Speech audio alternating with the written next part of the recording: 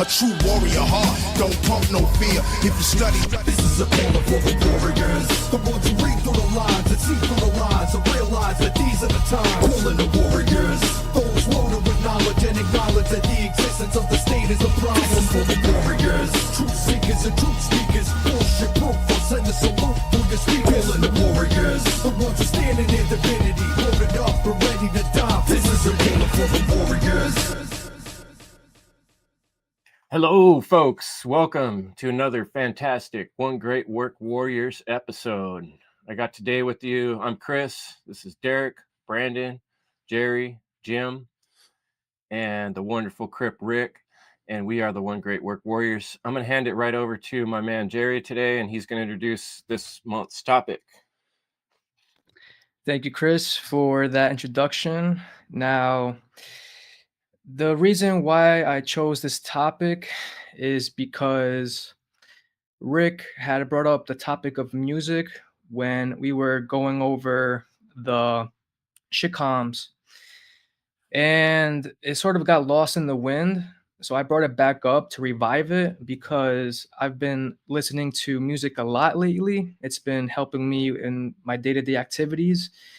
And I figured, if there's a topic I want to talk about, it'd be music. It's just, I want to dive deeper into it, and I did.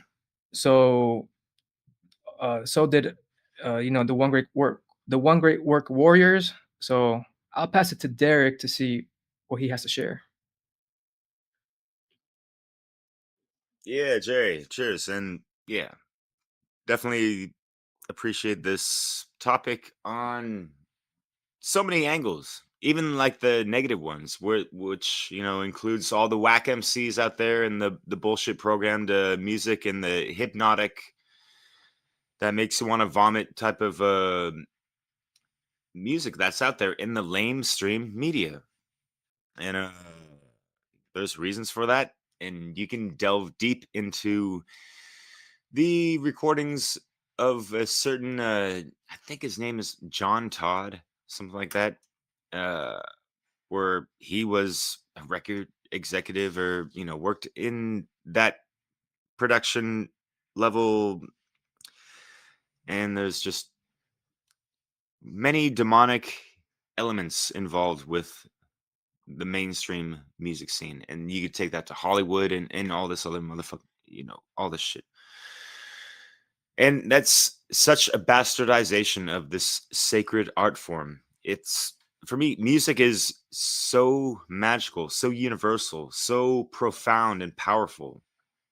And this is why it's been targeted to be weaponized against us. And I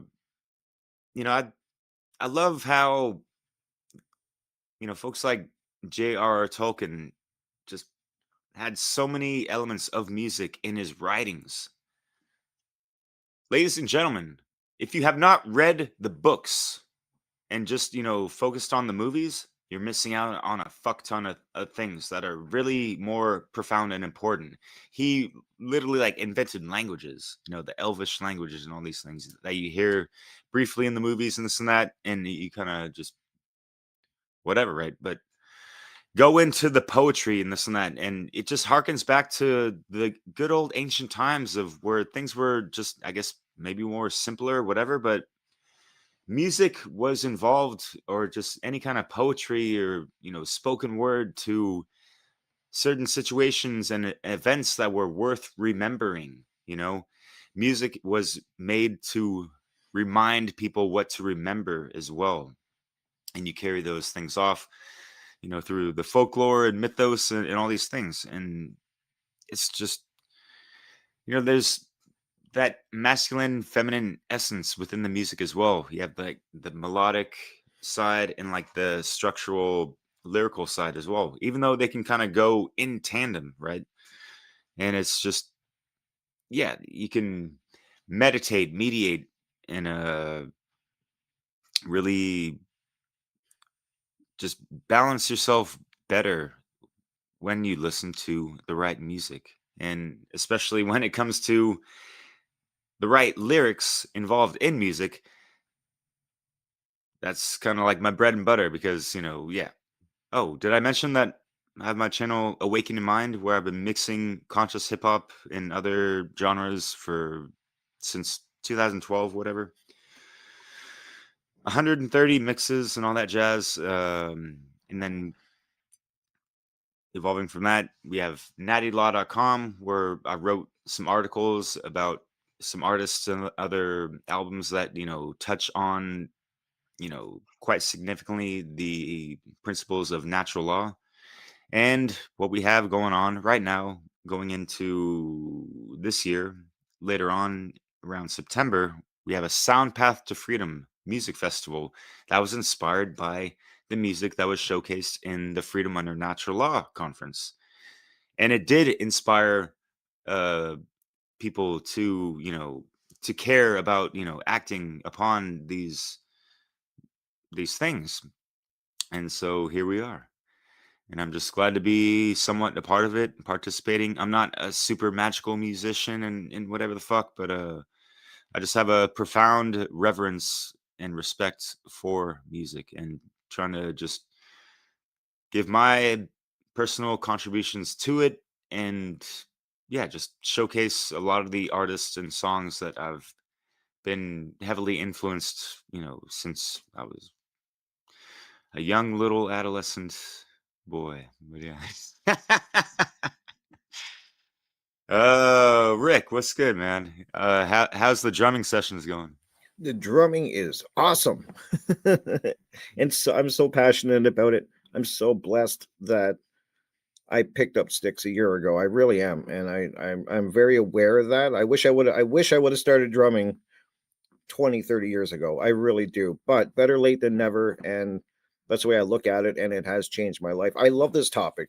I'm glad that we kind of rekindled it, because I think music is amazing. I've been a music fan since I can some of my first memories are listening to music and kind of dancing around the living room and with my mom and stuff like that. Those are some of my earliest memories, and there was always music has always been a positive in my life, always. And I call it a lot of the time on my radio show, I'll say it's my center. It's what brings me back when I get off the rails, or something's bothering me or something like that. I turn to music. I always have, and that's kind of like what brings me back to where I want to be. And I talk about that a lot, actually. And once again, I was telling you guys before we started recording, that's what I love about a lot of the topics here at the One Great Work Warriors that we have every month, is because that sometimes you hear the title and you're like, this is going to be an easy one. I'm going to crush this one. And then you start thinking about it for the month, and then you start mulling it around in your mind, and then you start throwing things out that you thought you were going to talk about. And I've been doing that constantly with this topic. Reason being is that music is so personal for each of us. That's the thing that I figured out. Really, I can only go from what I experienced, but I'm learning that music for each person, and it means something different to each person. And that's why that's what I think the power of music is. I am certain that, go back to the time when we just, way back in our history, we were making noises and figuring rhythms out, and just that was probably a way to communicate, I would think. I think it goes back right to the beginning of us, this music. And I know that with drumming, like there's something about a drum beat that is so primal and so ingrained in us that's why you hear people say like these drum beats move them. And it's really fascinating to me. And this has been coming because of my drumming. It's kind of like I was trying to tell people I was talking to, I said, learning an instrument is changing me. And they were like, what do you mean? And I'm like, I can't put words to it. I don't have the vocabulary to explain, but it's doing something spiritually to me, is the best way I could put it. I'm changing. It's changed my thoughts about music drastically, to the point where I was kind of a music snob even 3 years ago. If it wasn't rock or heavy metal, I didn't want to really listen to it. I would, if it was on the radio as a decent song or somebody played it, I would listen to it. It might even be a good song, but it wouldn't be like a song I would go to and just start playing it. It had to be in a certain genre, which now a year later is totally blown out of the water. And I'm listening to things I would never thought I would listen to a year ago, and appreciating the musicianship in it, and the work and the dedication that goes into making these amazing sounds. And I'm a fan now of so many different genres, and very open to them, because I love music. And you hear it different. I don't know. I'm maybe musicians listening to what I'm talking about. You hear things different, I think, when you start learning how to play. any instrument. I don't care what instrument it is. It's just something I think is so powerful, and that's why I love music. And that's what I'm saying. It's not a complicated topic, but it kind of is because, as I just said, music is very, very personal, and it's something that is very.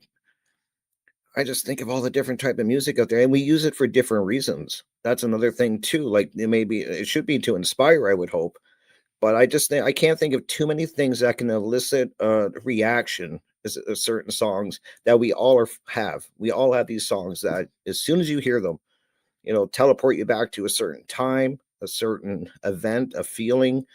That is so powerful to me. I know the power of it because I truly believe it's ingrained in us at such a spiritual level and a deep level, and it's just really powerful. So yeah, I'm a huge fan of this. I love music. It's a huge part of my day every day. And yeah, I use it for different reasons. And I don't want to keep going because I could literally talk for an hour about this. I love the topic of music so much. So I will come back around and add some more to what I'm saying, and I will pass it on to whoever wants to take it. What about you, Jim? I know you like some metal. Let's hear what you got. Yeah. Thanks, Rick. Yeah, man. I like music, and I hear what you're saying about personal to everyone. And I didn't know I don't want to get like too deep into all this, but yeah, music is just like everywhere we go, and it's just such a part of humanity, right? And you had talked about how like since the beginning of time or whatever, I just think about it's been with us since the beginning because within music there's like 12 notes, and we can all make them with our mouth, right? We could all sing even if we didn't have language. We could still make these notes with our voice, right? And it's just pretty amazing, and there's so many different kinds of music. It's all just a different combination of those notes, right? And I used to think, you know, how different the world would be if there was another color, like a new color, right? And when it comes to music, it's the same thing, like how different the world would be if there was like a new note, it would change music so much and art, but just a thought, because I feel like I've been through so much music, like I've discovered it all that I've even like I've gotten like bored with some of the stuff that I used to love so much. But going back as a kid, when growing up, my sister was 4 years older than me, and she liked all like the 80s music and the pop music. And I didn't like that at all. But it was always like my mom and my sister were listening to that. And my dad would play like the 60s music, which I liked, but I feel like that was like his music. And that was always just like around.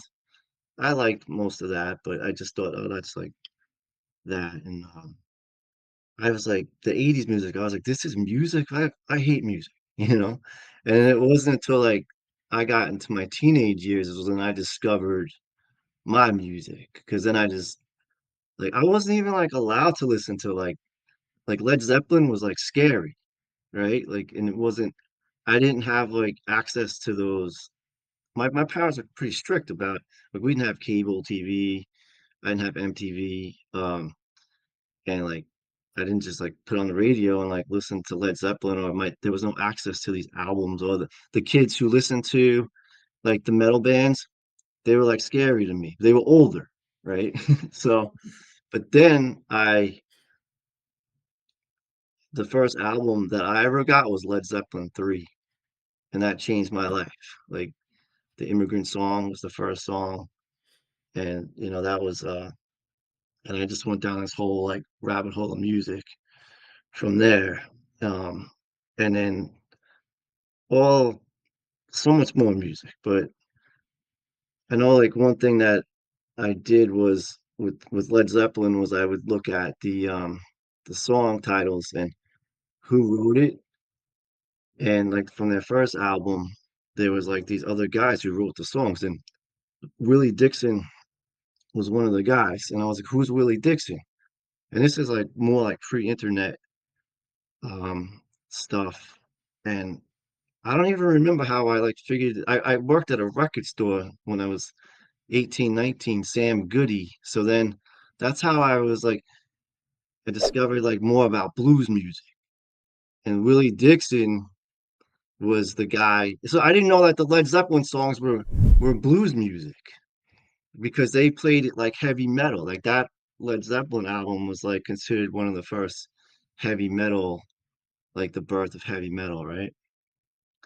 But so then I discovered blues music, and then like Robert Johnson was another one that Led Zeppelin and so many other bands like took that music, that 12 bar blues format, which so many people don't realize is the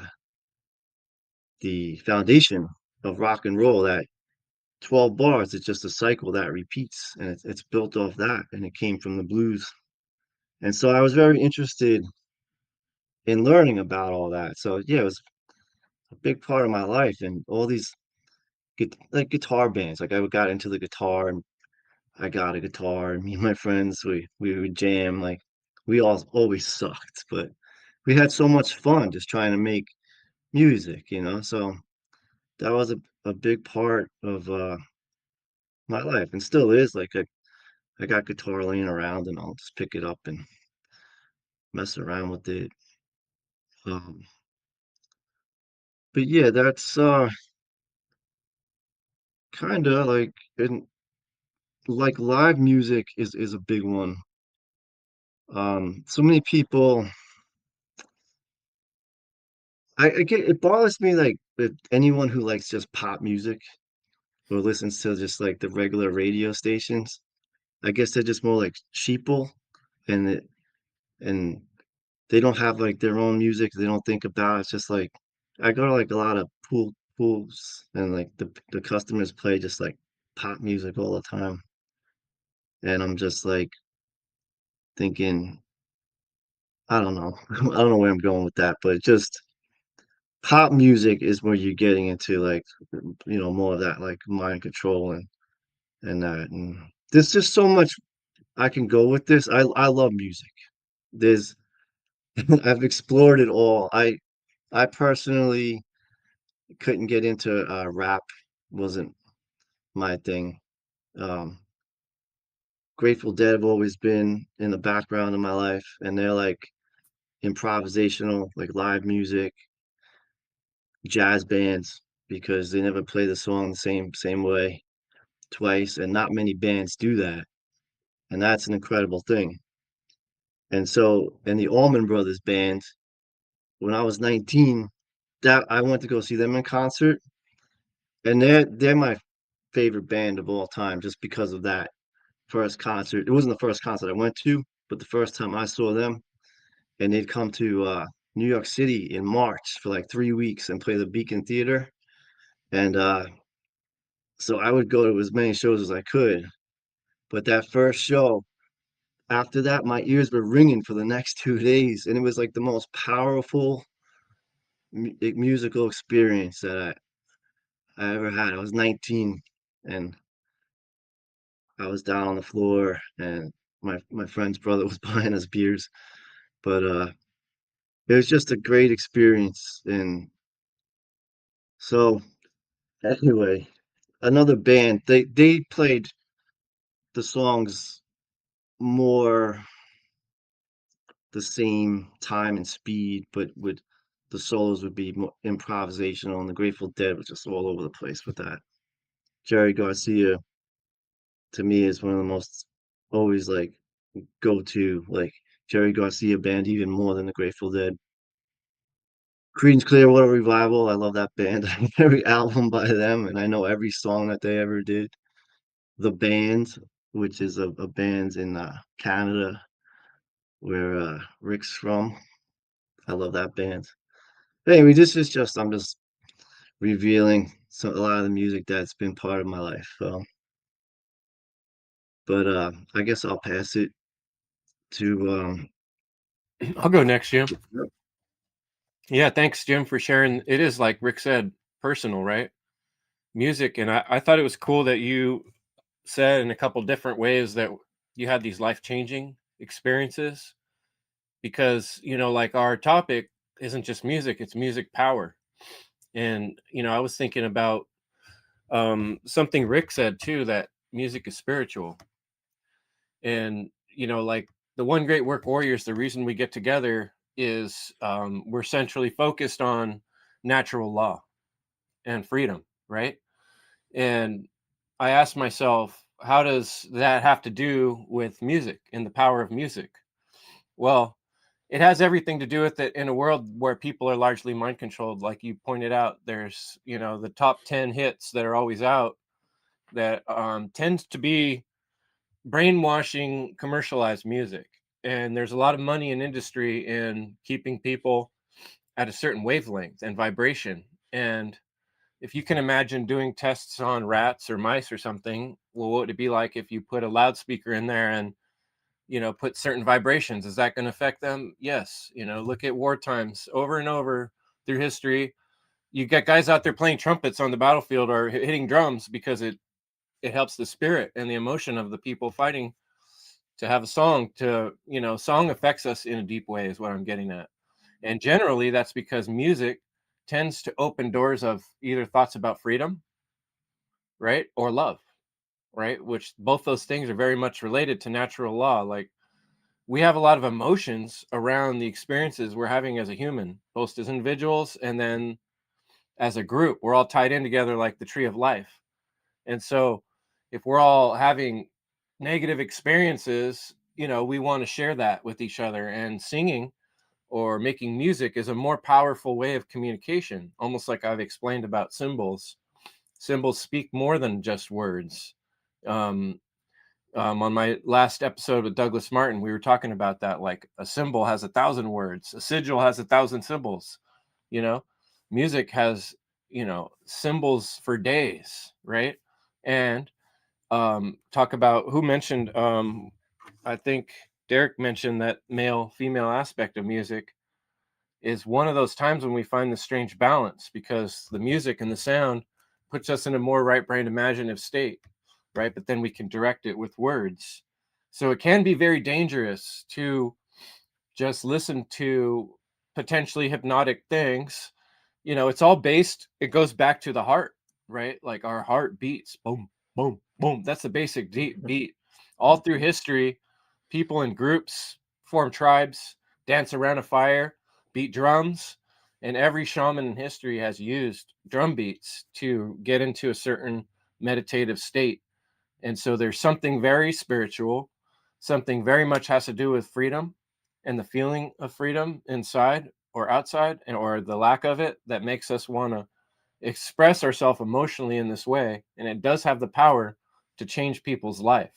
And that's why it's a very important topic. So we want to be conscious of what we're taking in, what vibrations we're taking in, and what vibrations we're putting out into the world. And that symphony or harmony or discordance that we are creating or being a part of is going to change the future. So I think Brandon's up next, unless Jerry wanted to throw in a few more words before we go. You got it, Brandon.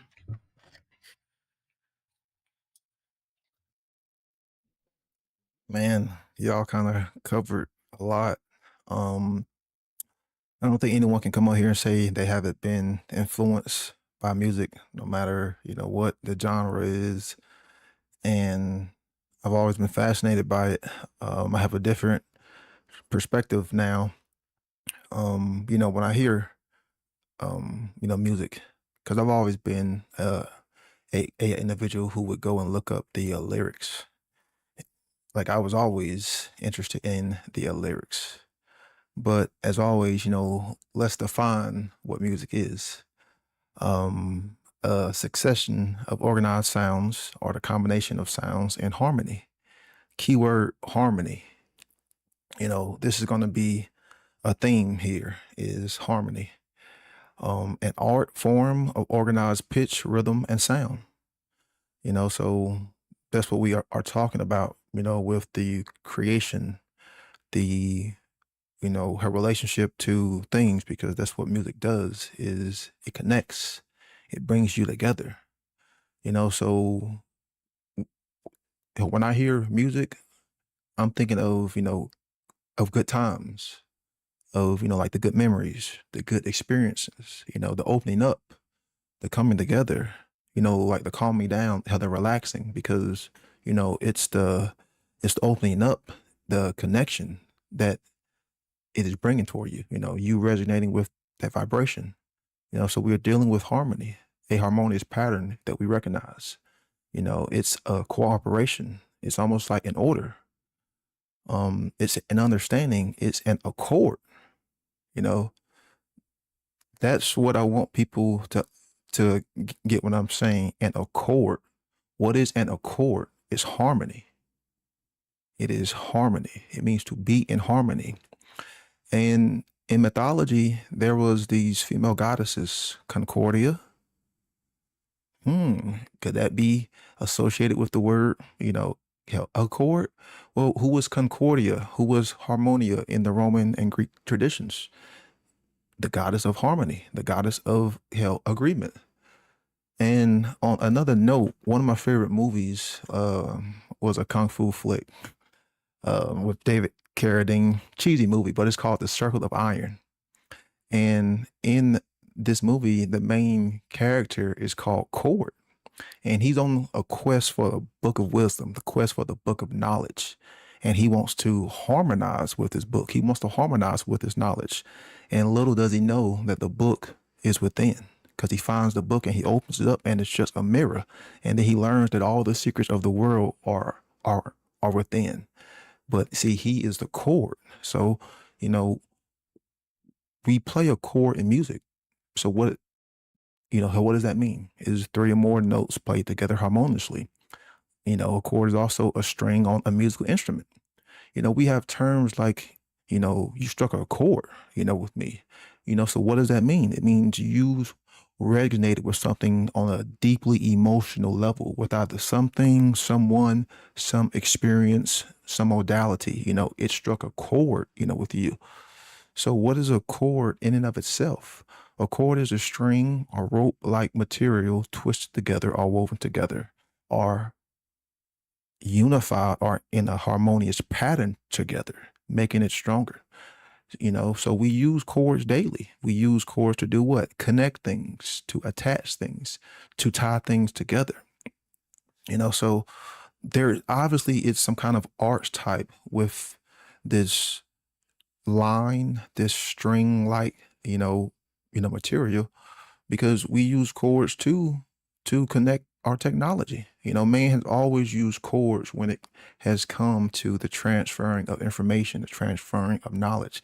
Even, when we had landlines, even with, phone towers and phone signals, it was always chords. Chords were a means to have information and energy flowing. Well, why is that? Because a line or chord is what connects 2 points. And that's exactly what music does. So I think there is a deeper underlying, theme here with the whole chord like arts type connection, because we have this image, we have this, like this symbol representative of the string of the line, and we have sayings like, you crossed the line. Well, what does that mean? You kind of yank my cord.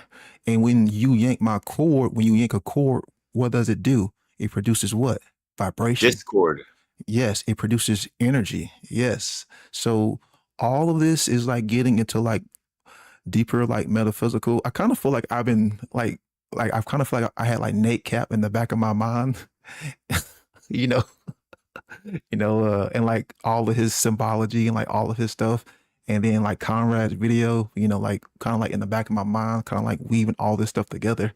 Hence, so, according, he'll harmonizing all of these words and all of these wordplay and all this green language, held together to get people to understanding that there is a deep connection when it comes to music, a very deep spiritual connection when it comes to music, So, you have the connection of 2 points, held lines, so information can flow, creating waveforms, creating energies, creating, held emotions, creating dance. You're in tune with the tune. Everyone is in accord, So what is a tune? You know, what is a tune? Or what does it mean to tune something? It means to adjust a receiver so that information can flow to a specific signal or a specific frequency. You know, we also have words like to tune a car, to tune a piece of machinery. Well, what does that mean? It means to adjust or put in a correct state. So pretty much something is in disharmony, you correct it and putting it back into harmony. Then you also have the, like the tunes that they play on the radio, which they want you to harmonize with, but that's a perversion of the false harmony of, like the false light. So when I hear music, when I think of music, I am thinking of the connection to things on an emotional level that have either happened, experiences, certain, loved ones, certain ancestors, certain family members, certain friends. It can even be a certain struggle, a certain trauma, a certain, addiction.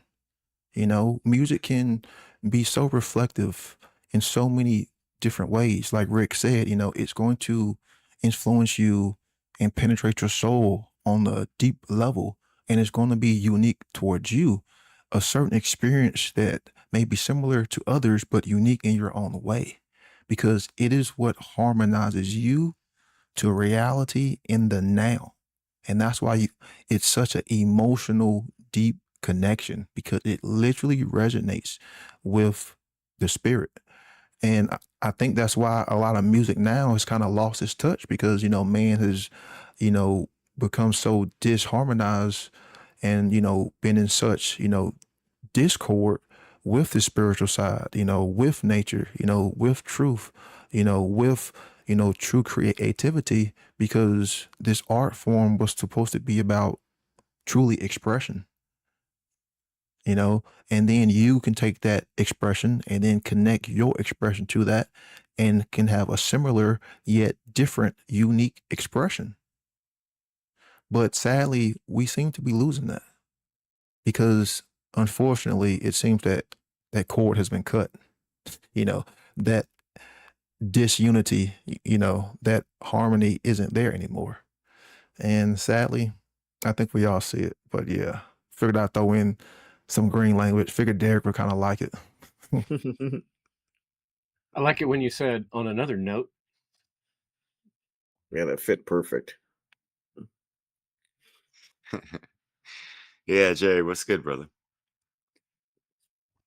Yeah, that was great, Brandon. Thank you for sharing that. Green language, symbology, all stuff we need to hear.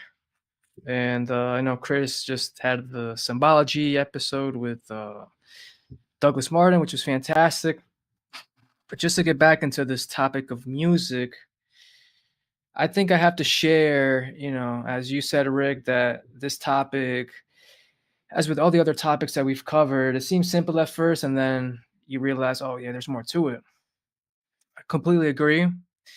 I will say that I feel like this is one of the easiest ones, just because, as Brandon was just mentioning, it's related to harmony. So I feel very harmonious and talking about this topic, inspiring you to, get more in touch with yourself, with nature, possibly God.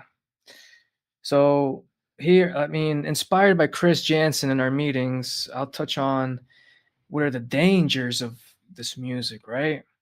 As we want to be conscious and whatnot. I know you already touched on the radio.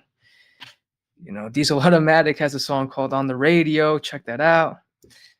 But it can be used to manipulate your emotions. And I, for one, have fell victim to this, or prey to, I shall say, which I can touch on in a little bit.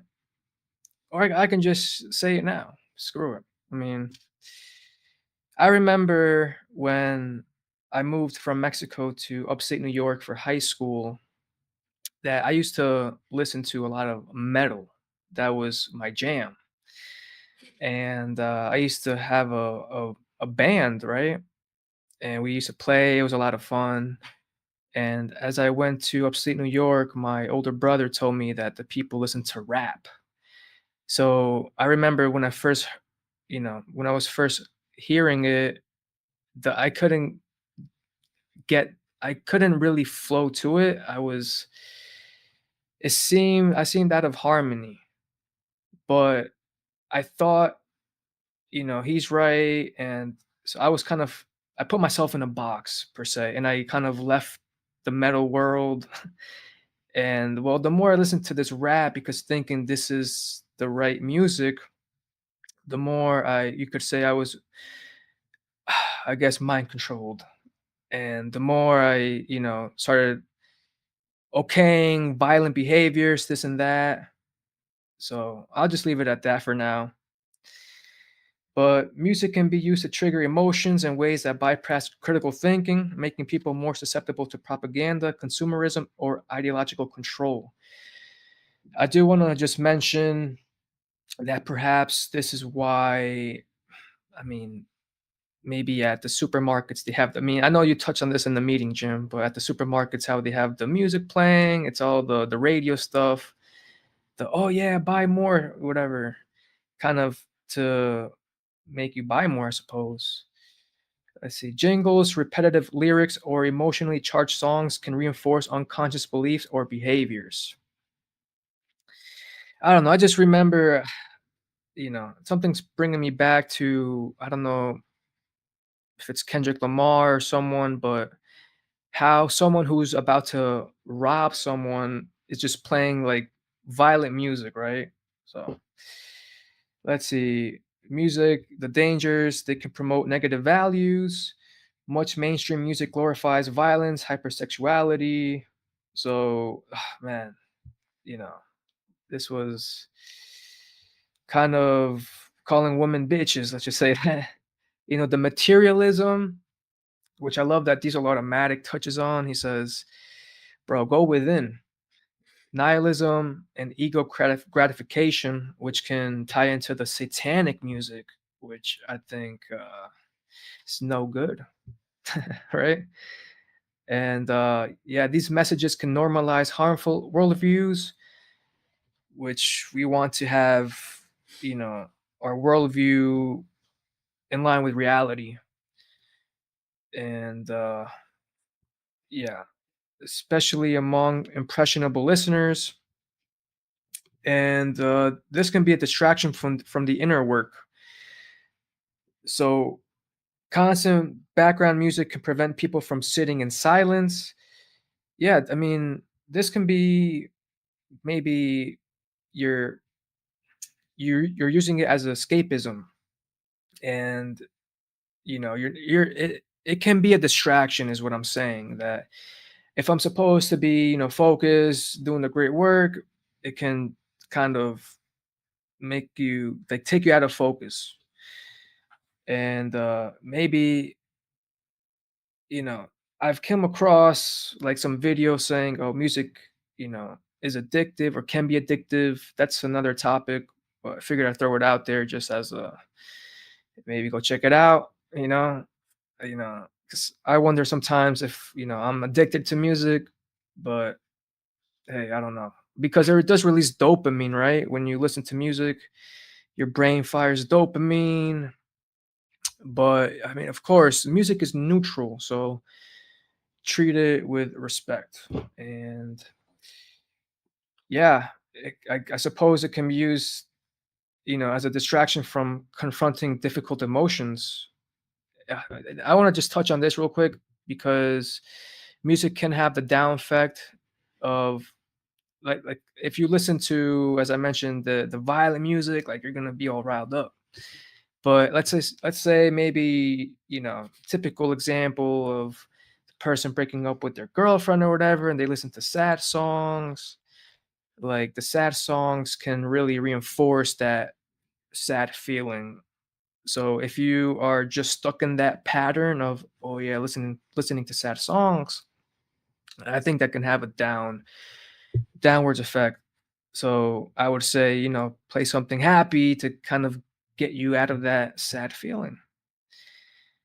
And yeah, entertainment focused music can numb people to reality instead of waking them up. And this is interesting, Derek. Maybe you can touch on this a little bit more. But let's say the hertz of the music. I mean, I think there's a reason why perhaps you make these soundtracks at a 432 hertz, and there's a lot of science behind that. And yeah, repetitive rhythms or dissonant tones can disrupt brainwaves or inner harmony. So yeah, so this is basically saying that what you listen to matters, right? If you're listening to straight poison, like you're basically gonna be poisoned. And then this is a great one, the cultural conditioning.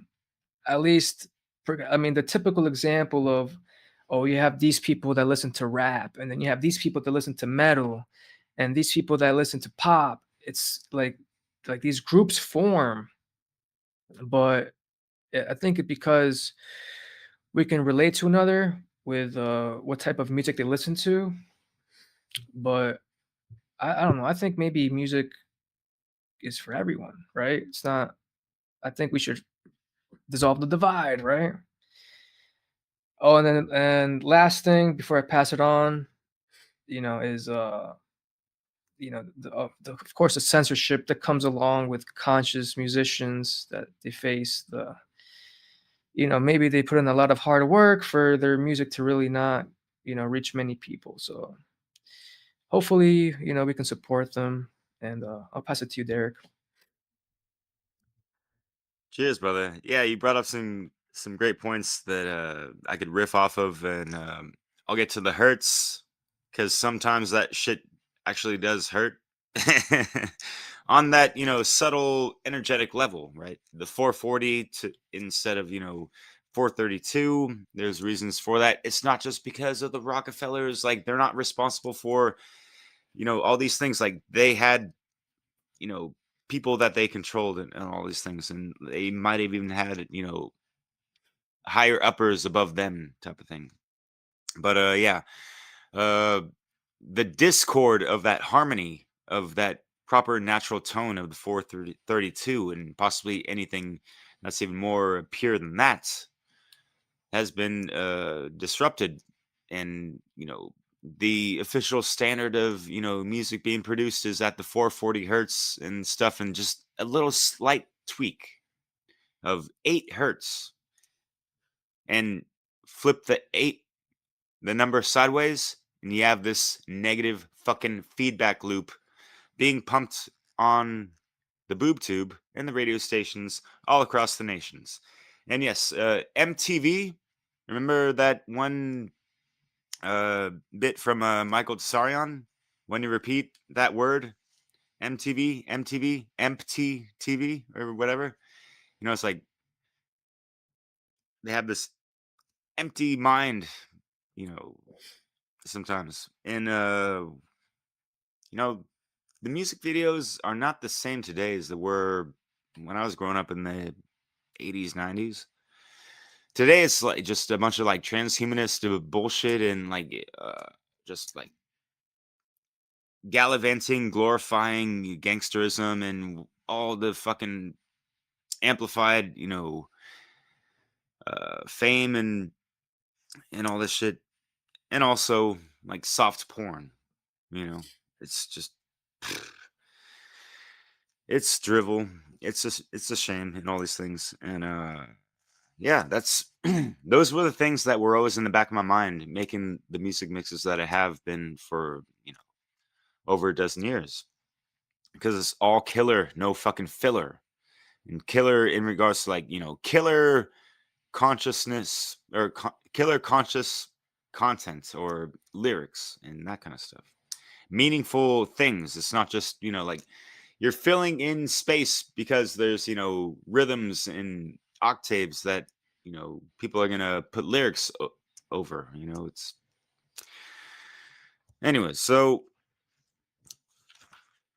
I busted out some old school shit. I'm gonna read something real quick for you guys, and this is actually initiated by Chris Nelson when we had that great work Launchpad thing And we're talking about, yeah, do you guys take notes? It's like, fuck yeah, dude. Like, and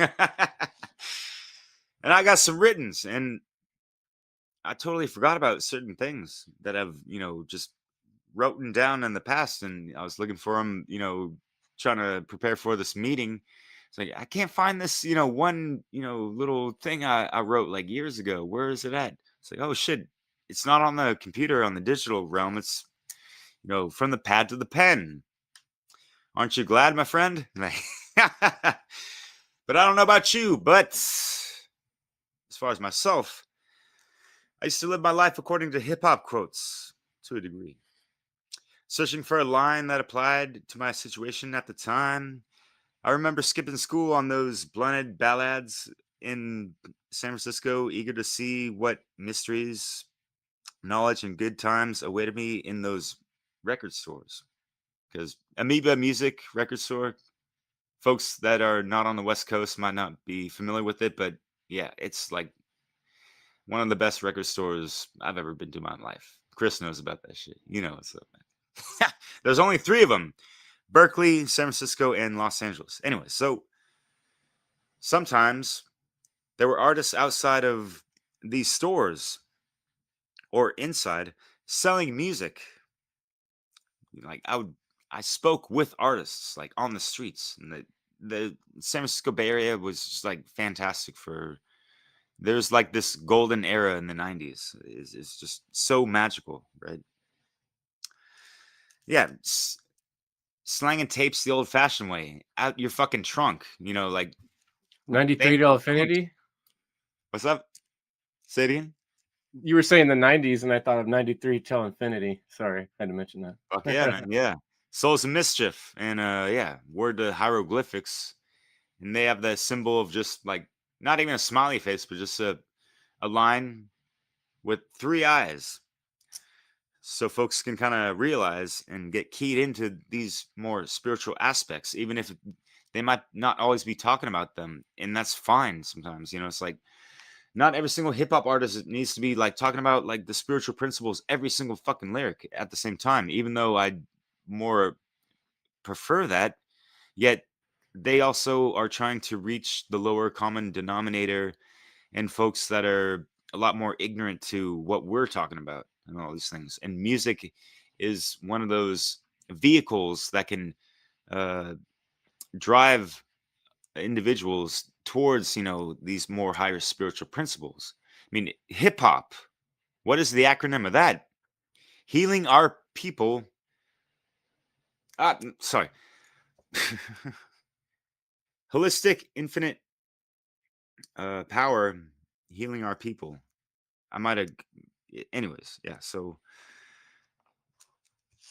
I lost my track on this. It's too long anyways, but because man, I got so many other notes that I wrote from what you guys were talking about just like 5 minutes ago, and I'm gonna rifle through these so we can get Rick on right after. But yeah, I just gotta give Rick, Chris, and Brandon shouts out because we've had previous recordings, speaking about music, like Brandon, we had a really great chat. I really appreciated you years ago reaching out. We had Awakening Through Hip Hop, that kind of segment, and Rick with the talking about the transhumanist stuff and revolving around the mix that I made on that, and Chris just like riffing on the scritching and just like cruising around the bay and all these things we had to say, and just yeah, man, it's some of that good old wordplay. And yeah, so music is involved in so many aspects of life, right?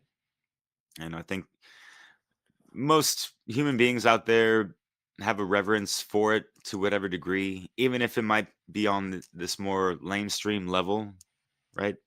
And that's not to say like, and it sucks to overgeneralize, right? There are, I mean, like you hear it on the radio, like the good old rock stations, 107.7 The Bone, right? Chris, you know that one? I don't know if that's AM or FM, but it might be nationwide. But anyways, but yeah, Jim, you mentioned like Creedence Clearwater Revival. I loved, like, I lived with a friend that really helped me get keyed into the Led Zeppelins and the CCRs and folks like that, and I really appreciated their music because I was just way more into hip hop than anything else. And growing up, it was more about the underground scene because there was just like countless amounts of artists, and I'll touch on that later. But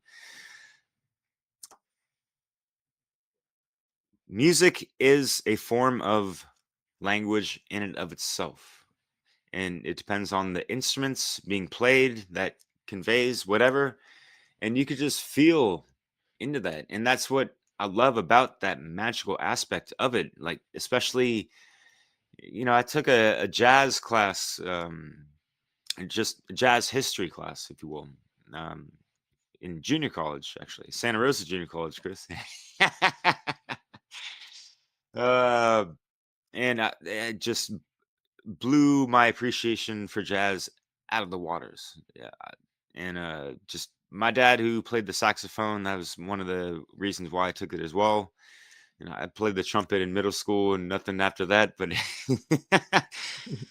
it's just the instrumentals and like the jam sessions, the improvisational aspects that some of these artists like just bring to the table and just groove off of that stuff. It doesn't matter if they're drunk or sober or on fucking heroin. Sometimes that shit is just blazingly magical, and people just need to take it for what it is. It's like these time capsules, if you will, these memories frozen in time through the harmony that they created at that time. And when people listen to those songs at certain times in their life, that could have a current reoccurring theme playing throughout their life. Like, you ever hear that one song, it's like, oh yeah, that takes me back to when I first heard that song when I was doing this. And you even remember the smells and the colors and the people around you and all this stuff. And it's like you have vivid memories around certain aspects of music that you don't with other things, right? So yeah, that's like just like part of the magic of it. And I just love that. And I love your bit, Brandon, on the accordance of people being able to afford using their vocal cord to strike a chord and get rid of the fucking discord that is going on in the world, right? So play on those words, people. Like, just meditate and contemplate on these things. It's really great, man. I love that shit. Yeah. And I forget who mentioned, like Jim, I think you mentioned, the 12 notes that correspond also to the 12 signs of the zodiac, and also our 12-strand DNA templating that is obviously 10% active at this moment. It goes into the 10 human tribes, base 10, base 12 mathematics, and all these things. It's like so many things correlate in are integrated in the fabrics of creation.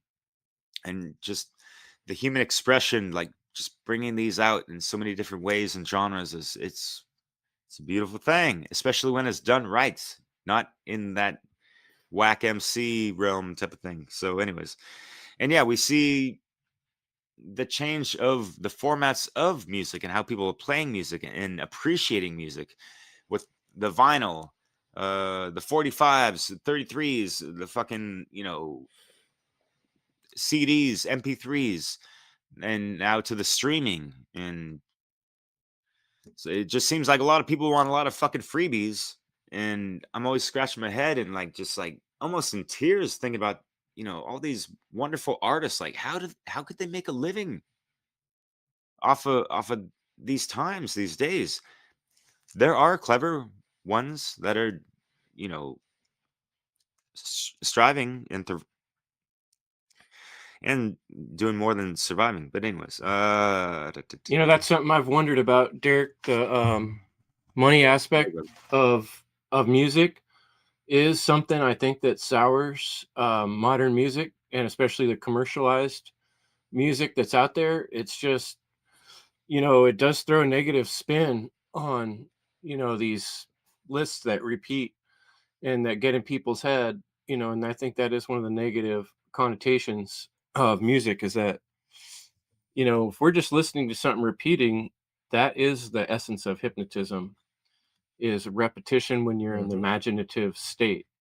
So, I just think that it is important to be conscious of what we're listening to. And I have to ask sometimes, is it really honorable the way that music has turned into an industry where it's really something that's natural? And I'm not saying someone shouldn't get paid to do some good music, like, you know, in the right scenario, but I'm not sure that the way it's done in today's world is a good thing, that it's an industry in of itself and all that's charged with money and greed. And that puts so much money in that industry that of course there's going to be people that out there trying to manipulate large groups of people, or like Jerry said, split them into classifications using that power.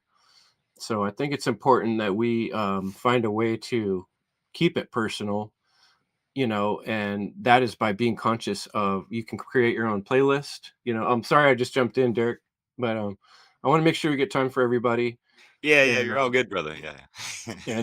I just wanted to say, for me in my life, I used to I remember when I got a double cassette player, and I used to record music playing, and then I would record me singing over it.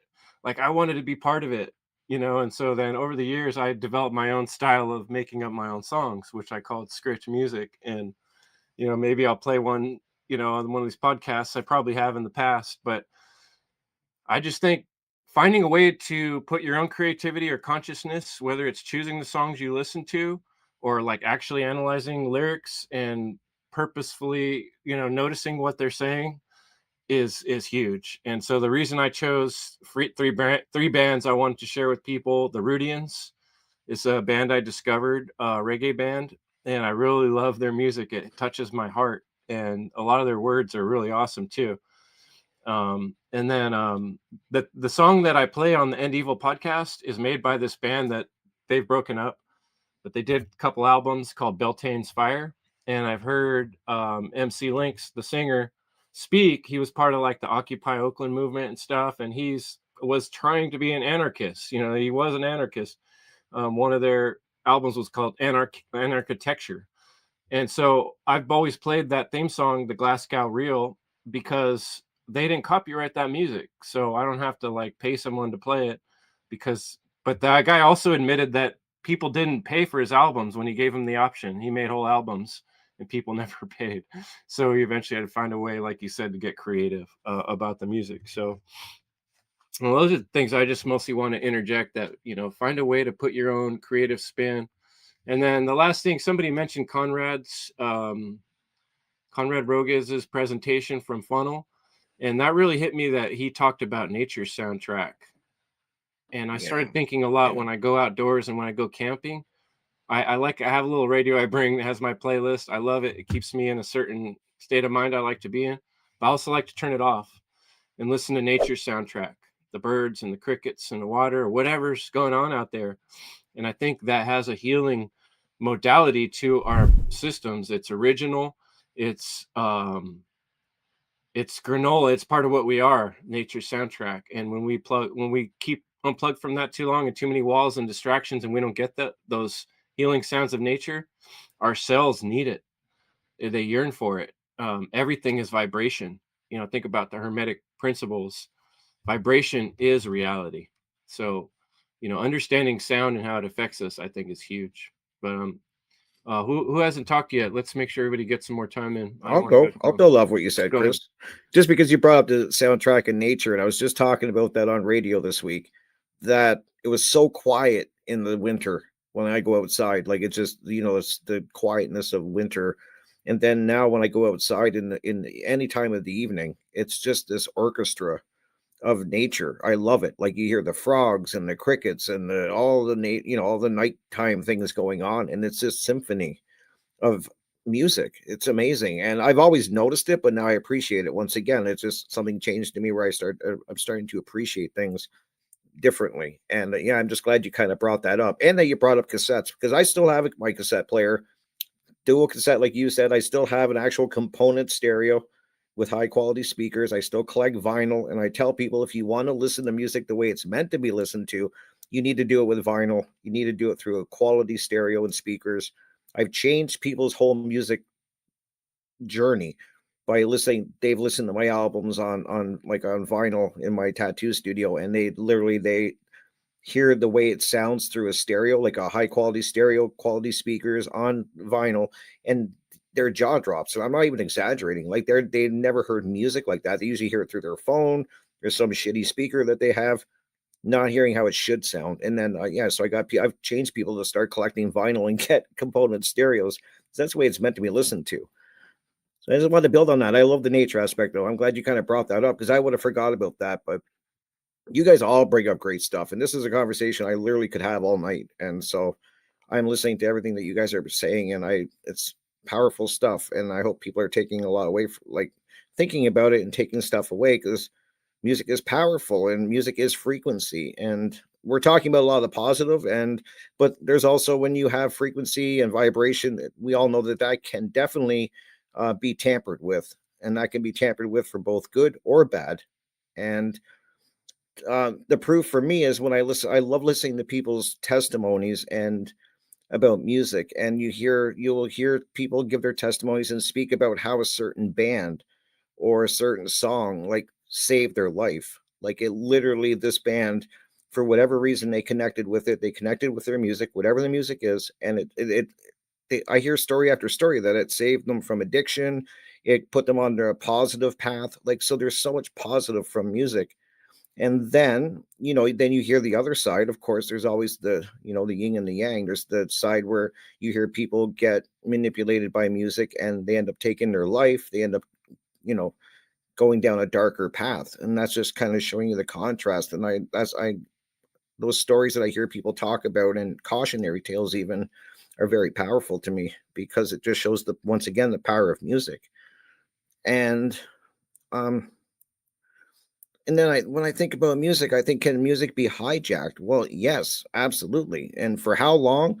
Who knows how long music has been hijacked? Maybe right from the start to a certain degree, but is it definitely is it being hijacked? Absolutely.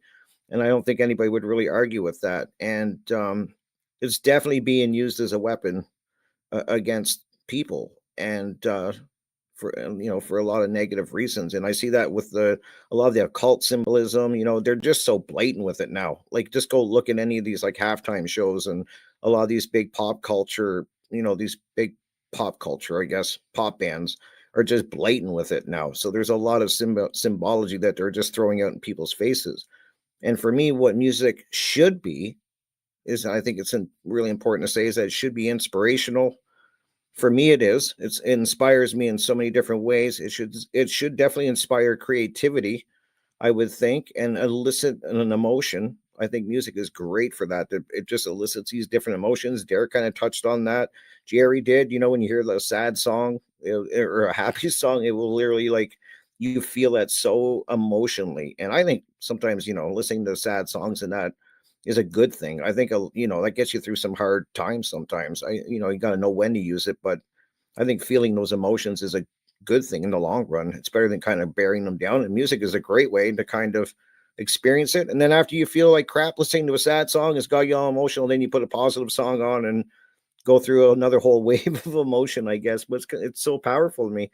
And but it should, and I think you guys also brought up dance, which is a great thing about music. It inspires movement, and I'm glad that was brought up. And for me, I remember listening to The Doors and Jim Morrison from The Doors, and listening to his music, and inspired me to definitely start reading poetry, because he was a poet. Before a musician, he wanted to be a poet. That's what he wanted to do. And he kind of thought music would be a good gateway for that. And then people would find out about his poetry, and he could go more like the poet way. And it just didn't work out that way. But his music and Jim Morrison's music inspired me to start reading poetry, which I still do, and write poetry. So that's a really big positive thing to me. There's, once again, that creativity. And it should be positive and not used as a tool of manipulation, is what I'm trying to say. And it bothers me that it's being used that way. And just a funny example too is just think of how powerful music is. Like think of a jingle or a song that gets stuck in your head and you can't get rid of it. It's just in there, and then you're humming it. You may not even like the song or the jingle or whatever, but it's in there. Like and you're humming it. It takes forever to get it out of your head. That's really, I just always think that that's so powerful, especially when I'm aware that I'm doing it. I'm just like, what is going on? Like, how did he even get in there? But so, and just to wrap up, because I don't want to take any more time, the bands that I find inspiration from so many different bands. I would be here for an hour listing them, but uh, definitely some of the bands that I like because their lyrics and they just inspire me. So they mean is definitely the name's gonna the name's Megadeth. That's the band, but don't let the name fool you. They since the 80s I've been listening to them. They have been writing about real world stuff and spirituality and stuff in their music. If you take the time to look at the lyrics, as Brandon said, take the time to look at the lyrics. You might be shocked. Another band that I've definitely been inspired by is Metallica. I think their music inspires me. That's the best I can give. And definitely Pink Floyd has been one of the ones. The two albums I would recommend for Pink Floyd is The Wall, of course, or the movie. You can check out the movie The Wall. And Animals is my favorite Pink Floyd album. And I'll just tell people that there's the songs on the album Animals by Pink Floyd is basically they break down humanity and people into different animals. So just for an example, are you a sheep? Are you a dog? And those songs are about that. So check out the album just for that aspect because it's so fascinating how they break just people down at their core. And so that's always been my favorite Pink Floyd album. And of course, as I said, Jim Morrison, if you want to hear his poetry, he's got a poetry album out there called Jim Morrison, The American Prayer, an American Prayer, which you can find. And it's just an album of his poetry. And that's what inspired me, like I just said, to start even reading poetry. I've always read books, but poetry that came later when I found out, just started looking into this band. So that's all I got to say, guys. I want to thank you guys for being here and an amazing topic. I think this is really going to hit people, and it's going to hit people on a very, as I said, personal level because music is so, like I said, personal.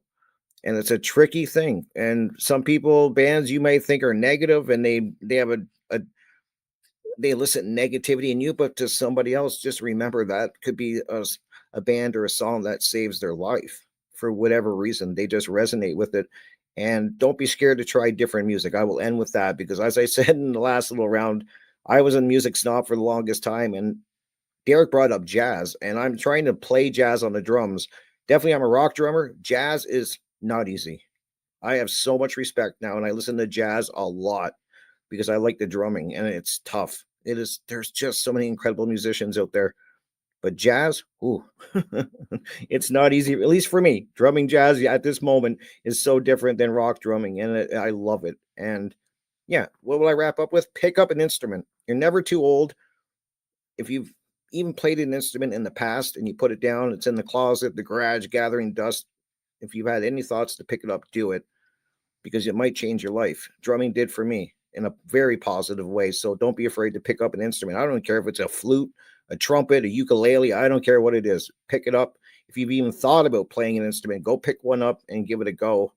And don't limit yourself. Don't let age, a disability limit you. I always say the only limitations that are in front of you are the ones that you have put there.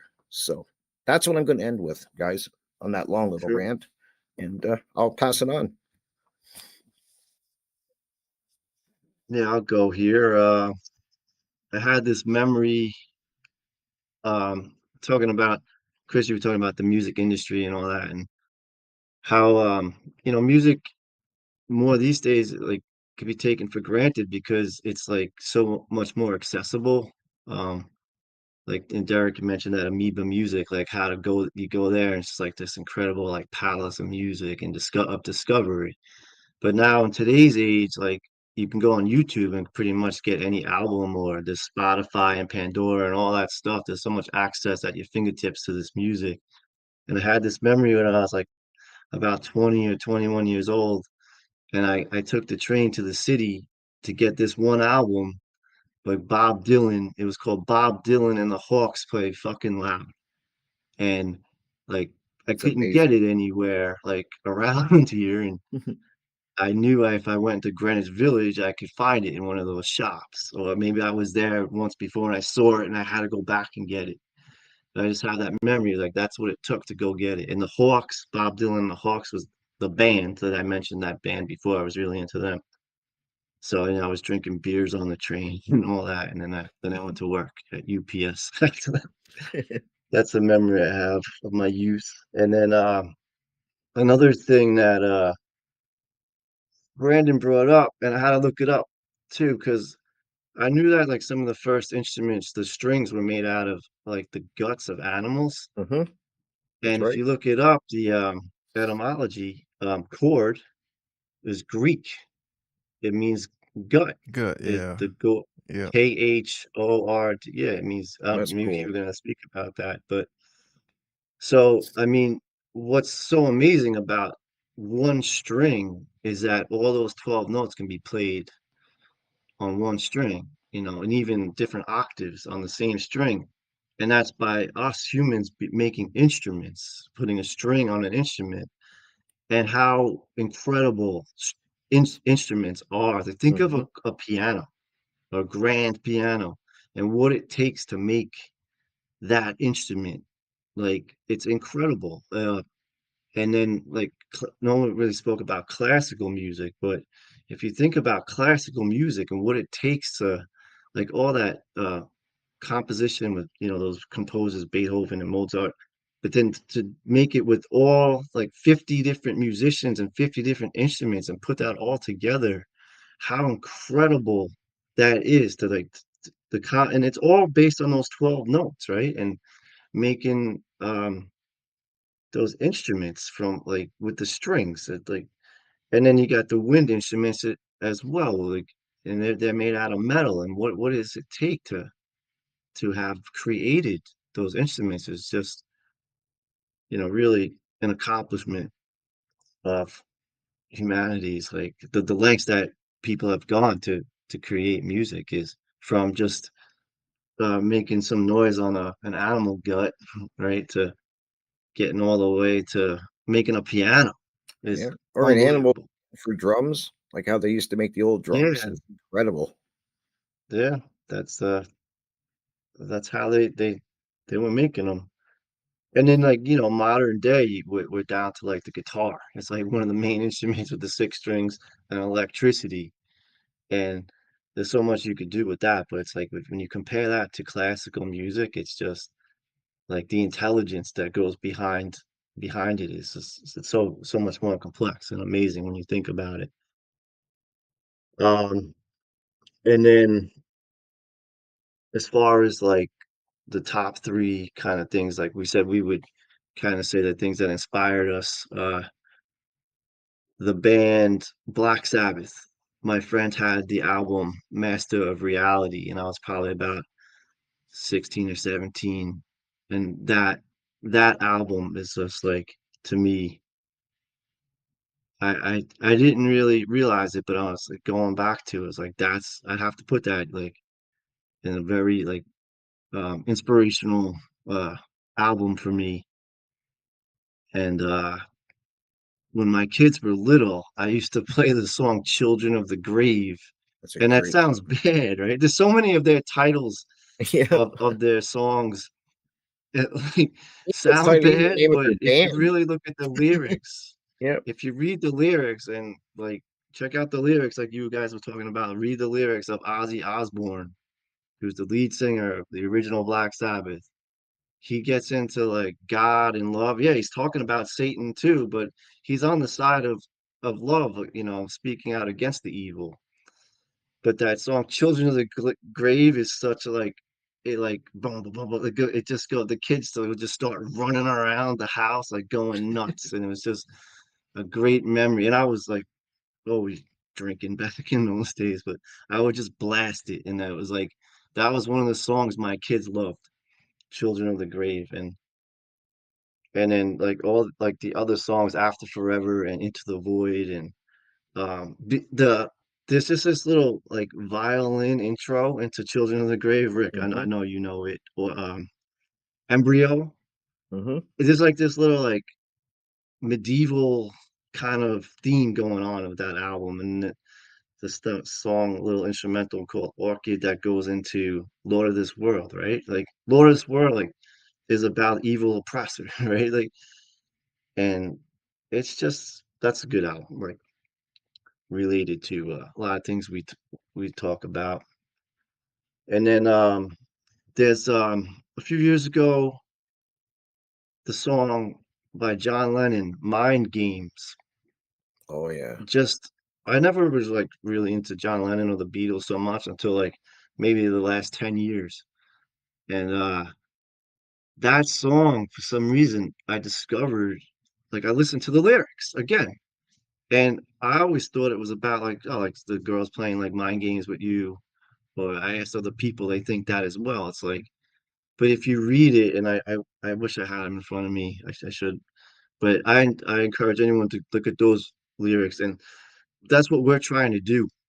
We're playing those mind games, trying to plant those seeds, being the mind gorilla, um, uh, chanting the mantra. He says peace on earth, but we're chanting the mantra, care for truth, right? And it's really just about, it's like another take on imagine, like it's about putting the imagination into effect by playing those mind games. So that's a really good amazing song. And I would just play that song over and over again. Like I remember like there was this one summer, it was probably 2019, and I would listen to it like every day I took a shower, I would just blast it. I was always playing it. So that song for some reason just popped in, very influential recently.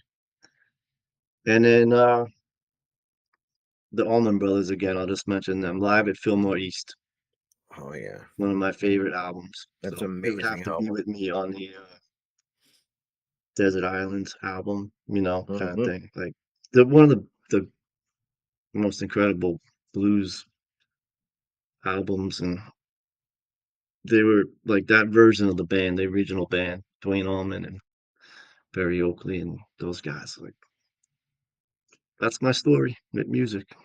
You're That's up, awesome. Brandon or Jerry? It's me. And the Allman Brothers are from where that guy Brandon lives. So that's a good Totally. segue to go to Brandon.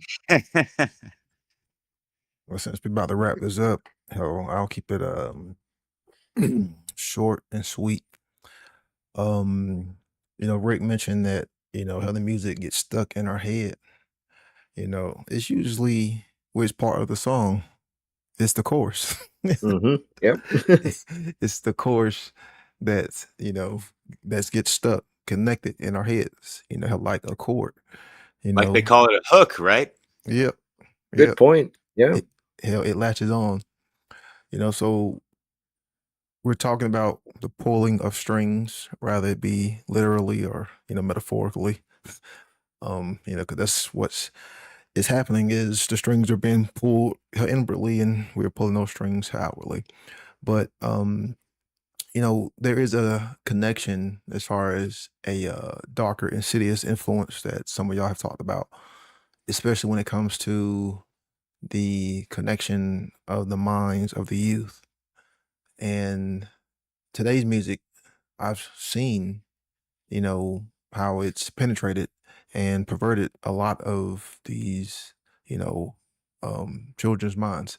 And a lot of Mhm. social engineers and a lot of, satanic influence have openly talked about for decades upon decades about, using music, about using symbols, about using, tones and frequencies and energy to awaken a kind of like dormant state of consciousness, a kind of werewolf like animalistic, you know, um inner beast, because we've all seen depictions in Hollywood of how, you know, there's this creature, this being that gets awakened by a certain tone, a certain frequency. And, that's symbolic of, what's being done, to us.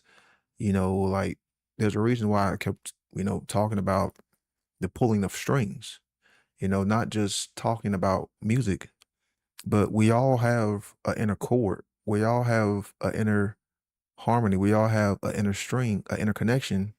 And once that is agitated, once that is pulled, once enough pressure gets put on that, then there is a disconnect. There is a reaction. So that's what we see with the insidious influence of music being used as a weapon on the mindsets of children. They are fascinated by the sounds. They are fascinated by the beats. They are fascinated by the tones, fascinated by you know the wordplay, the repetition and the frequencies. But all of this fascination is nothing more but many, many chords strung together. And when many chords string together, you have a web-like substance. And within this web-like substance, this spider's web, there's always this black widow spider, that's willing to devour, that's willing to, prey, willing to suck on your energy, willing to feed, willing to feast. And that's really what, how we see in this symbolic representation that I'm trying to, have to pick is these chords are being strung and people are harmonizing and connecting with more nefarious, insidious like influences. And we all know that, frequency and energy can create more frequency and energy. So, if you target certain individuals and, with these frequencies, with music, we all know how it can be a emotional uh stimulation. Mhm. So what is this consciousness that they have been trying to awaken? What is this beast, this animal that they have been trying to awaken that lays dormant in man? I think we are starting to see it, you know. It's been depicted so many times, it's been described in Hollywood. It's been described in so many different, forms of entertainment. But that's what we are, being seen, or that's what we are seeing with this insidious influence. The whole TikTok and like all the kids are just repeat and regurgitate the same songs. I see it Mhm. all the time. And you ask them like, "Hey, do you know what those words mean?" And they're like, "Nope."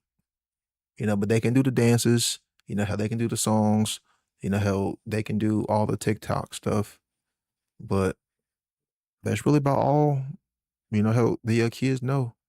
And it is through this insidious influence that they always use the feminine to pervert, because you create, you get people to fall and build this false connection through the emotions, through the irrational, through the illogical, through the oh, it's cute, oh, because it looks good, you tailor it up. And that's really what we kind of see is, no one listens or goes and reads the lyrics. People just hear the beats and the tones and the choruses. And then I'll go ask, how the parent, like, hey, do you filter? How do you go and listen to these lyrics that you were playing for your kids? And they're like, no, but it sounds good. They're sitting there, dancing. Oh, but it sounds good. Oh, it's hip. It's trendy. I'm like, yeah, but it's evil. You know, yeah, just something to, something to think about. Because I've actually been doing a little experiment with this, like when I'm in my tournaments and, like when you are doing like 12U, 14U, just what I talked about with Rick, the It is a parents are great just, story. like the parents are just playing like what, like what Jim talked about. They're playing like the Katy Perry's. They're playing like the freaking Beyonce's. They're playing like the Cardi B. And I'm just listening to the stuff.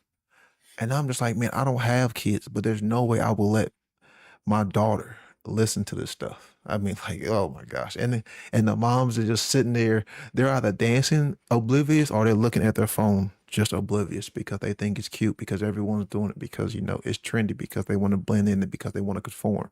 When no one has the balls to say no, be like, I'm not going to, you know, bring this toxic information, this perverted version of grammar into my environment for my child. And then, last thing is, when you look at all these albums and these covers, you see the fascination and connection with symbols. just to have a deeper, more, relationship, a deeper, more, connection, like with all the whole, symbols and Egyptian symbolism and, occult symbolism that's put on, the front of covers and the albums. That's something right there, in Mhm. itself. But in closing, my 3 favorite songs of all times, doubt is ever going to change. Going to take these 3 songs with me to the grave. Most Def, My Umi Says, most favorite song of all time, Gangsta song. And all 3 of my songs about awakening. Song number 2, Kenna, Hellbent, about doing the shadow work, about not being controlled. And then you can't leave off some good reggae, the Heptones, Mystery Babylon.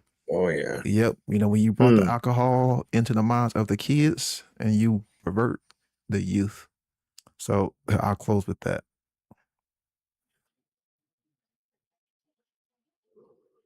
Sweet. Thanks, Brandon. I just got one quick little thing I'd like to read at the end. Anybody else want to say a sentence or two you didn't get to say?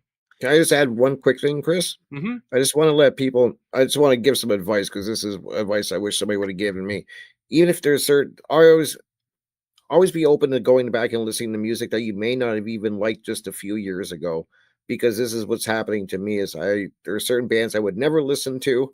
I said I would never like, and then I give them a chance, and I go back and listen to them, and for some reason, it must be showing some type of growth, or I was ready for it, and I wasn't back then, and then I start loving the music and the band. And sometimes I go back and I still don't like them, so that's fine too. But just don't be willing to go out and try listening to things that you maybe didn't like at one time. And if you don't like them still, then that's fine. You might like them though. I just want to encourage people to do that because that's been a big thing for me. I going back and listening to bands just I didn't like a year ago, and now I'm like, wow, and like I really like them. So whatever that's worth, that's my recommendation. And trust me, I can go all the way from metal. Now another one that I would listen to if you like singing is a band called the Pentatonics, and they just do everything a cappella. And the one song that they do, Hallelujah, will bring me to tears every time I hear it. Like every single time, it hits something in me, and it's just such a powerful song. So that's my music taste now is across the board. So just don't be scared to try different music, I guess, is my final thing. Thank you. Stretch your horizons. That's right. It's always good to grow. And how can you discover something if you don't look somewhere you haven't looked before? There you go. If I can go real quick, just to end my, leave my 2 cents on the table. And yeah, I had, some more notes on, now the positive stuff, but we're about to wrap it up. So I mean, I think we've done that pretty well. And major gratitude to all of you because you're doing the great work. Now, as far as 3 songs or whatever to like leave you guys with, I'm still kind of going through this in my head, but I'll just mention this one, because it did change my life, is a song called Awaking the Demon by Bullet for My Valentine. Oh yeah. And why I mentioned this one is because this was my first introduction to metalcore, something that I listen to till this day. And it's really synchronistic because you picked Metallica, Rick, Mm-hmm. and this band was really inspired by Metallica. Yep. So they're similar in many ways, except they scream and you know. So I just say that one. I think it's like symbolic because it's almost like there's a demon that we have to use when our rights are being taken away. So then I have to mention Diesel Automatic because, I was at a low point in the military and then I heard his music and now I'm out of the military. Like there's like a whole great sequence of events that have just changed my life for the better. And, I'll just say, Grant Presence because, he has, what would you call it? He's a freedom artist and also he's introduced me to reggae. So kind of like what you said, Rick, don't be afraid to listen to music you never liked. reggae, he really opened up my, I guess, consciousness, expand. Like, I like reggae now, is what I'm saying. So Hmm. I'll just pass it to, I don't know, whoever wants to talk. I think Yeah, Chris you, was. Derek. Sure. I'll just say real quick that this is a great discussion, gentlemen. Y'all brought up some superb points. Much love. And I guess to wrap it up, rap. It's like the way you express yourself, man. Shit, hip hop is something you live, right? Um, yeah, I'm much more of a hip hop head than anything else. Shout out to Joe Murray, right? Oh Him, yeah, yeah. Cos Zodiac, Diesel Automatic, and New Vision Project. Those are pretty much like the top MCs.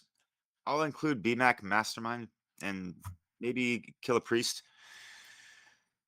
As far as what I've heard at high conscious level music is since like at least let's just say 2018 type of stuff to the current time. But like my top three, I'm just gonna name collective of musicians because it was just something of a special time, this golden era in the Bay Area, and I've wept over this too many times, and I'm not going to do it right now. But the Gifted Gab of Black Alicious, rest in peace. One of the dopest wordsmiths to ever touch a fucking microphone. And their album Nia, Nia, it was just, it was mind blowing. Listening to this in the late '90s in high school, still young, dumb, full of cum, but having that type of proper conscious direction towards like, oh wow, these guys are talking about some serious shit. I want to listen to more and like keep listening to that shit. Uh, Along the Bay Area, there's Living Legends. It's a collective of 9 MCs. I'm not going to list them all, but their music was just, it's that low tech introspect, going off of like 4-track tapes, recording music in their fucking bathrooms, living rooms, wherever they fucking could, just to get the music out and the message out because they had so much drive and energy and knowledge to just bring forth through their talent and all this stuff. And the last group is Comedic Sons. Eclipse 427, King Concepts, Kirby Dominant, folks like that. Hypnotic the Native Son. That album was like just one of my favorite of all times, and it's just it tails in so many life lessons. And when you listen to these young MCs, they're in high school themselves when they fucking started out, and they're humble about it. They're not on this like hubris mumble rap fucking bullshit.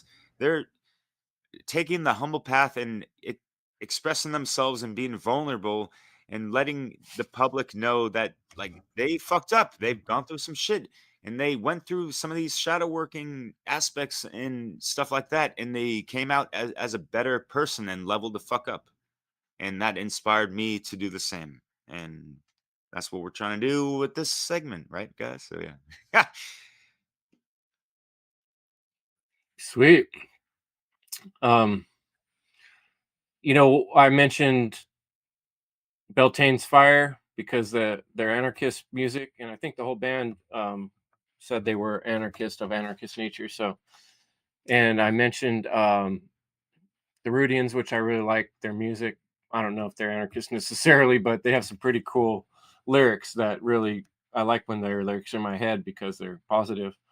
But I forgot to mention Natalie Rise. She's someone I've really discovered in the last year, and all her lyrics are incredible. And so before we go out here, I'm just going to read one little bit of her lyrics. She says, "Ever rising, said all we need to do is build some new systems. For the ones we're living under now, well, that's not really living.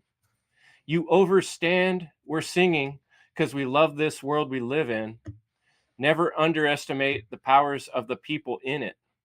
Yeah, they be running like wildfire with pure intentions, seeking truth beyond this realm, deep into new dimensions. So when you think we're going to be waiting around for politicians, better come again. This natty dread don't vote in their elections. See, my eyes are open wide, and I keep shining. With the music by my side, I'm going to keep rising. And every step that we be taking, we chant down the system. I never reach for television, just tune, inner vision. So thought that'd That's be good. Natalie Rides. Rise, R-I-Z. Oh, R-I-Z. Thank you. Yeah, Rise. R-I-Z-E. And her name's spelled a little different, N-A-T-T-A-L-I. A-T-T. Fantastic reggae. She's been around for a while, and all her songs are like that. It's just nothing but conscious, freedom, loving, fuck this system, wonderful music. So In reggae style. there's a lot Wow. out there, folks. You know, like Rick said, look around, find music that jives, that puts you in the mode you want to be in, and use it to Yeah, fuck yeah. produce power. Showcase 500 artists. Yeah, throughout check out Awaken Your Mind. And Derek's done a lot of good work to provide for people sure. with quality, and even infusing in little Mark Passio quotes or Brandon Spencer quotes, or so. All right, great episode, guys. There's a lot to be said about music, and I know the people listening, their gears are turning too. So let's keep this beat going and pound the drums for freedom. Much love, y'all. We'll be back in a month. Take care, guys.